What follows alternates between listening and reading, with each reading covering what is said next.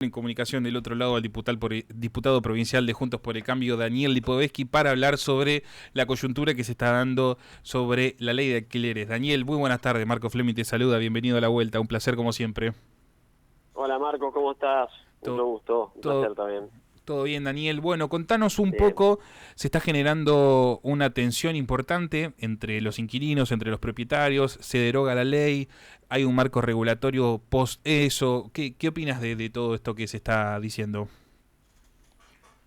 Mira, primero que no tenemos por qué sorprendernos por la propuesta del presidente electo, Javier Milei, porque fue lo que él planteó en campaña, ¿no? Él en campaña planteó claramente que quería derogar la ley de alquileres y por lo tanto lo que está planteando ahora es justamente eso, y entonces nadie debería sorprenderse. Seguramente muchos inquilinos que quizá ahora expresan su preocupación lo votaron a Milei sabiéndolo esto, porque en definitiva hay 8 o 9 millones de inquilinos en Argentina y seguramente una parte importante los tiene que haber acompañado con el voto, con lo cual Milei, lógicamente, y está bien que así sea, se siente de alguna manera acompañado en su propuesta. Sí. Lo que sí está claro de que esa derogación que él plantea, sea total o parcial, tiene que hacerse a través de otra ley, ¿no? Porque en definitiva los cambios legislativos de cualquier ley, no solamente la ley de alquileres, deben hacerse a través de otra ley para dar seguridad jurídica, ¿no? Que creo que es lo que Milei va a buscar, como lo dijo en su discurso el domingo en la noche, de buscar inversión privada, y para eso los inversores necesitan seguridad jurídica. Así que yo te diría que el planteo, digamos, de que él está planteando, lo que está planteando respecto a los cambios legislativos de la ley de alquileres o otros cambios legislativos, creo que lo lógico sería que se hagan a través de leyes que emanen del Congreso, ¿no? Es muy importante que aclares esto porque me da la sensación de que ronda mucha desinformación y se estuvo hablando inclusive en medios de comunicación tradicionales que al derogar la ley de alquileres lo que iba a pasar es que no iba a haber una regulación, iba a ser un libre albedrío entre las partes que se da el alquiler. Bueno, es que podría pasar, ¿no? Milei lo dijo, él cree en la libre negociación de las partes y por lo tanto cree que no tiene que haber intervención del Estado. En esto, de intervención no del Estado, intervención de la legislación en definitiva, ¿no? Porque no es el Estado, sino es la regulación por Claro. parte de una legislación. Eh, y eso sería un cambio muy fuerte en la Argentina. Pensemos que hay regulación de los alquileres desde hace muchísimos años, no solamente a Sí. través de estas leyes, sino el propio Código Civil, ya desde hace 40 años, tiene un capítulo dedicado a las locaciones. Por lo tanto, si él pretende, digamos, dejar en la libre negociación de las partes, no solamente debería derogar la ley de alquileres actual, que no es la misma que la anterior, recordemos Sí. que fue reformada hace unos meses, sino además debería derogar otros artículos del Código Civil y Comercial ahora que también regulan lo que tiene que ver con las locaciones urbanas. Locaciones de inmuebles, perdón. Es una posición Sí. válida, te diría que en el contexto actual la realidad es que ninguna de las legislaciones ha funcionado, por lo tanto él puede pararse de ese lugar y decir, mira, me parece mi propuesta es esta para mejorar, y después, bueno, por supuesto, el Congreso será quien deberá discutir si es la mejor propuesta o no. Lo Sí. que sí hay que decirlo claramente, haya ley o no haya ley, los inquilinos que hoy se quejan, por ejemplo, con los aumentos de los alquileres, si se derogara la ley, los aumentos que van a sufrir por lo menos van a ser los mismos que ahora, porque en definitiva ningún propietario va a pactar con un inquilino aumentos por debajo de la inflación. Lo que hoy aumentan los Totalmente. alquileres lo aumentan en base a la inflación, porque eso es lo que establece la legislación actual, más o menos, ¿no? Por lo tanto, no hay que generar expectativa de que la libre negociación va a permitir a los inquilinos pactar aumentos por debajo de la inflación, pues eso en casi ningún caso va a ocurrir. Si no, te diría que es más posible que pueda ocurrir lo contrario, pero Sí. por lo menos te diría que lo mínimo pensar es que los aumentos van a seguir acompañando a la inflación. Ya el presidente ha dicho que vamos a tener inflación alta por varios meses, y eso es lógico que así sea, porque no es fácil bajar la inflación, sobre todo en los niveles que nos deja el kirchnerismo con este gobierno desastroso que nos ha dejado 150% de inflación. Por lo tanto, la realidad es que yo te diría que la mejor manera de resolver el problema de los alquileres es que el próximo gobierno, el próximo presidente le vaya bien en su lucha con la inflación y logre bajarla, ¿no? Si Totalmente. logra bajar la inflación, vamos, con esta ley actual, con la anterior o sin ley, el mercado de alquileres va a mejorar. ¿Y qué opinión te merece la ley actual que se firmó hace unos meses, teniendo en cuenta la diferencia, ¿no?, entre la ley antigua o anterior a esta, que estaba indexado el aumento al índice de inflación, y esta está indexada al índice de salarios, y hay una pequeña cuenta que hasta las propias personas que fueron partícipes de esto hasta le costaba un poco explicar? ¿Vos qué opinás de esta nueva, de la ley actual? Mira, yo creo que la reforma no alcanzó, digamos, o no fue lo que hubiera necesitado. Primero porque yo te diría que la legislación anterior tenía un problema. Uno de los problemas que tenía era la actualización anual, que en Sí, realidad eso fue modificado en el Congreso. Cuando nosotros impulsamos una ley, la discutimos, planteamos que tenía que ser semestral. Estamos hablando de un momento donde la inflación era del 20% anual, imagínate. sí. Con lo cual el Congreso se modificó a un año, y por lo tanto tener un año congelado los precios de un alquiler cuando tenés una inflación del 150% anual es realmente una afectación del valor de locación para el propietario muy alto, y por eso ha generado tanta falta de oferta. Cuando el Congreso modificó a 6 meses y con un índice nuevo, ahora en los últimos meses, yo diría que se quedó corto. Primero porque yo creo que en este contexto inflacionario habría que poderlo puesto por lo menos cada 3 meses, Claro. mínimamente, trimestral. Y segundo, Sí. yo creo que me hubiera sido quizá ahí, si queríamos dar un poco de voluntad a las partes, de dejar la libertad de pactar que pueda ser cualquier índice, pero siempre y cuando acordado entre los dos sectores, ¿no? Me parece que quizá hubiera sido un mejor instrumento para generar un salto, una mejora en lo que venía, y eso no pasó, y por lo tanto creo que la reforma generó todavía un efecto distorsivo mayor que el que ya había generado el anterior, ¿no? Insisto, Sí. en este contexto del desastre económico.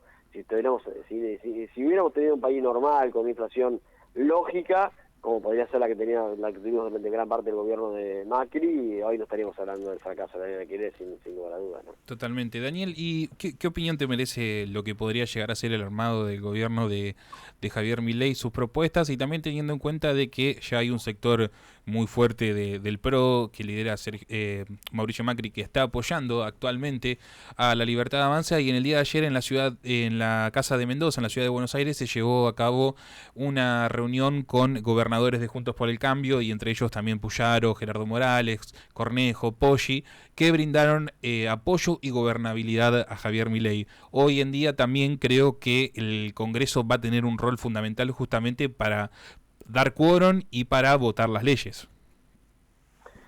Sin lugar a dudas. Mira, yo creo que dos cosas. Primero, me parece que hay que atender al mandato popular, ¿no? Creo que la gente claramente votó mayoritariamente a Javier Milei. Es una elección extraordinaria, 56% de los votos es una enormidad, mucho más que lo que sacó Mauricio en el 2015, y eso hay que entenderlo, y yo creo que la mayoría de la gente votó a Milei pensando sobre todo en lograr que baje la inflación. Por lo tanto, me parece que en esta primera etapa hay que acompañar las medidas que tome Milei vinculado con esto. Por supuesto, siempre mirando la letra chica y esto Sí. del rol del Congreso. Después, con todo el respeto que le tengo a alguien que ha hecho una elección extraordinaria como el presidente electo, yo le sugeriría que se enfoque en eso, ¿no? Que es lo que la gente hoy necesita. Me parece que abrir discusiones de otro tipo, como por ejemplo, he visto alguna declaración de algún legislador hablando de la reforma, de derogar la ley de interrupción voluntaria de embarazo. Me parece que son discusiones que no son para esta etapa de la Argentina, ¿no? Parece que Sí, totalmente. yo le sugeriría al gobierno que se enfoque, y al presidente que se enfoque en esto, sabiendo que se vienen momentos difíciles, y me parece que este es el objetivo. Siempre y cuando, Sí. insisto, me parece que seas parte del gobierno, porque realmente todavía no sabemos si Junto por el Cambio o gran parte de Junto por el Cambio va a estar dentro del gobierno o no, o seas oposición. Nosotros siempre tenemos que ocupar un rol de oposición responsable. Nosotros no somos el kirchnerismo, que cuando nos tocó gobernar hicieron una oposición irresponsable. Nosotros siempre tenemos que ser una oposición responsable, y también recordar que tenemos que respetar la voluntad popular, ¿no? Por lo menos en esta primera etapa. Sí, sí, por supuesto.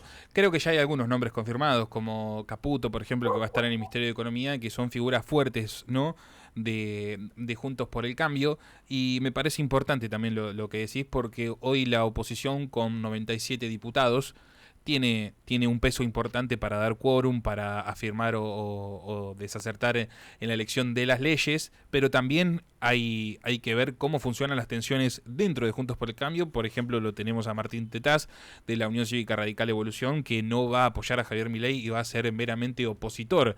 Tienen también un desafío interesante, ¿no?, dentro de Juntos por el Cambio. Sí, a ver, yo la verdad que creo que sí, nosotros, yo te diría, es difícil imaginar un bloque de Juntos por el Cambio unificado en el Congreso Nacional. Insisto, no soy diputado nacional actualmente, lo he sido hasta el 2019, con diputados que sean oficialistas y diputados que sean opositores. Por lo tanto, me parece que ahí, si el camino es ese, seguramente los bloques van a estar divididos. Y me parece que las dos posiciones son razonables, tanto los que creen que hay que acompañar al gobierno de Milei en esta etapa, como los que creen que hay que hacer oposición responsable. Nunca me parece que nosotros podemos caer en la responsabilidad de oponernos a todos, sobre todo en esta primera etapa, donde me parece que en las leyes que tienen que ver, o las propuestas que tienen que ver con Milei con respecto al tema de bajar la inflación o de resolver problemas económicos en la Argentina, tenemos que en general acompañar, siempre por supuesto con una mirada que es que el ajuste que Milei está planteando no afecte a los más vulnerables, ¿no? Porque si el planteo de Milei va a ser que el ajuste lo va a hacer solamente, lo van a hacer la gente con más vulnerabilidad social, bueno, va a ser complicado, por supuesto, porque hoy los argentinos ya por sí tenemos la mitad de la población bajo la línea de pobreza, ¿no?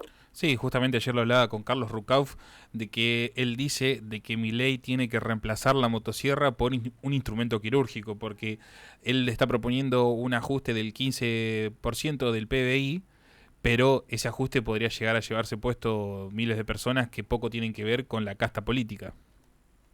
Claro, pasa que bueno, es muy difícil desde el punto de vista de términos de números pensar que solamente que achicando el gasto de la política, que está bien que se achique, vas a poder reducir un 15% el costo fiscal, ¿no? Me parece que el gasto fiscal. Por lo tanto, me parece que ahí él va a tener que buscar otras alternativas, que por supuesto Luis Turibe y Rucauf sería hay que hacer una muy buena ingeniería presupuestaria para eso. Se puede hacer, sin lugar a dudas, pero insisto, hay que tener mucho cuidado con lo que tiene que ver con la afectación de la gente que tiene menos recursos. Me parece que eso es lo que yo le sugeriría al presidente, más allá de que, insisto, creo que lo votó mucha gente sabiendo que él iba a hacer lo que está haciendo, porque en realidad él es ha sido un candidato que realmente planteó lo del ajuste lo planteó en campaña, por lo tanto la gente que lo votó sabía con qué se iba a encontrar. No es como otros candidatos, como pasó en su momento con Menem en el 89, que hablaba del salariazo de la revolución productiva, y después hizo un gobierno más neoliberal. Claro. Milei planteó de origen que va a ser un gobierno neoliberal, y realmente muchísima gente lo acompañó, y de sectores de bajos recursos, por lo tanto nadie debería sorprenderse si él implementa este tipo de medidas, que insisto, muchas de ellas van a ser necesarias porque claramente la situación del país es muy complicada, ¿no? Sí, justamente Menem en el 89 fue el que dijo, si yo decía en campaña lo que iba a hacer, no me hubiesen votado, y terminó planteando un gobierno diferente al que fue en su discurso electoral. Daniel, como para ir cerrando, te agradezco siempre que tengas la posibilidad o sea, que nosotros tengamos la posibilidad de hablar con vos.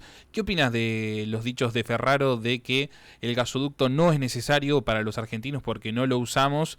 ¿Y qué opinión te merece la privatización de YPF? Respecto a Ferraro, primero decirte que es un hombre muy preparado y yo respeto mucho su palabra. Es un hombre que tiene una enorme experiencia, es muy inteligente y yo creo que es una de las grandes incorporaciones que ha hecho Milei a su gabinete. Tengo la oportunidad lo conozco personalmente de otras épocas, pero realmente tengo el mayor de los respetos y si él lo dice seguramente lo debe decir con información sobre lo que está diciendo. No tengo detalles al respecto, pero sí le doy la derecha en cuanto a su capacidad y a su formación. Respecto al tema de la privatización de YPF, mirá, yo creo que ahí yo te diría que me parece que el objetivo de Milei debería ser más que todo mejorar el rendimiento de la empresa que buscar en la privatización, ¿no? O por lo menos la venta de las acciones del Estado que hoy tiene, que son la mayoría. Porque en definitiva, seguramente es una empresa que puede mejorar mucho sus prestaciones y eso le va a hacer subir incluso su cotización en la bolsa. pero además porque en definitiva cumple un rol estratégico. Y fíjate que otros países que han sido gobernados incluso por presidentes que son cercanos a Milei, que por ejemplo va a venir ahora a la Asunción, como Bolsonaro. Sí. Bolsonaro en Brasil no privatizó Petrobras, lo mantuvo e incluso lo fortaleció, y el Petrobras es una empresa muy importante. Entonces me parece que hay que mirar hay que darle esa mirada, no pensar que todo que necesariamente todo lo privado es mejor. Hay veces que hay cosas que el Estado puede hacerlas, pero porque le aporta una visión estratégica para el país en general, y me parece que en el caso de lo que tiene que ver con el tema de energía, petróleo, creo que claramente hay modelos para copiar de países cercanos como Petrobras que realmente son interesantes. Me parece que yo iría por ahí, pero por supuesto que veremos después cualquier tipo de medida que tome el presidente, si va al Congreso o no, y el Senado del Congreso que tendrá que discutirlo, ¿no? Totalmente, Daniel. Ha sido muy amable, te agradezco mucho esta comunicación y bueno, esperemos en un futuro seguir dialogando sobre qué es lo que pasa en nuestro país. Te agradezco mucho. No, un placer, a disposición siempre. Abrazo grande y buenas tardes. Un abrazo gigante. Estábamos en comunicación con Daniel Lipovetsky,